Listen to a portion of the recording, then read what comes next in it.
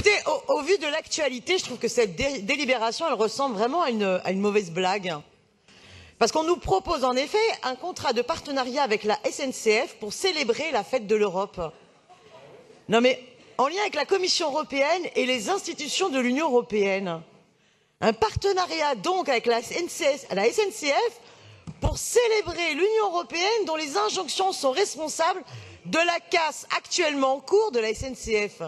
Alors certes, avec une intervention assez volontaire du gouvernement Macron, évidemment, hein, mais je veux dire, hein, quand même.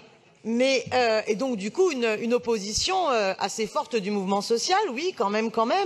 Enfin, je vous rappelle, mes chers collègues, que l'ouverture à la concurrence du trafic ferroviaire fait partie des injonctions de l'Union européenne au nom de du sacro-saint dogme de la concurrence libre et non faussée.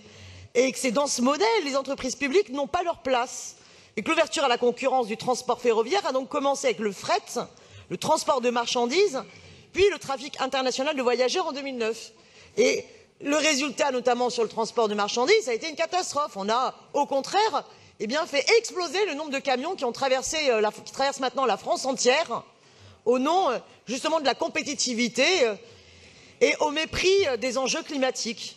Cette orientation a été confirmée par l'adoption du 4e paquet ferroviaire par le Parlement européen le 16 décembre 2016, dans une indifférence d'ailleurs quasi totale des médias en France.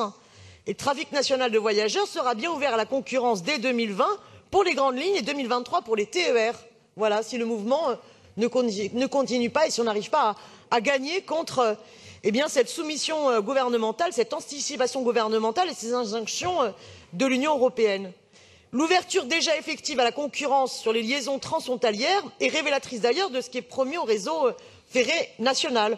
Envolée des prix des liaisons les plus rentables, dont sont ainsi évincés les plus pauvres, abandon des autres liaisons. La logique de rentabilité qui conduit le privé à sélectionner les investissements les plus rentables est incompatible par principe avec la continuité du service public sur l'ensemble du territoire.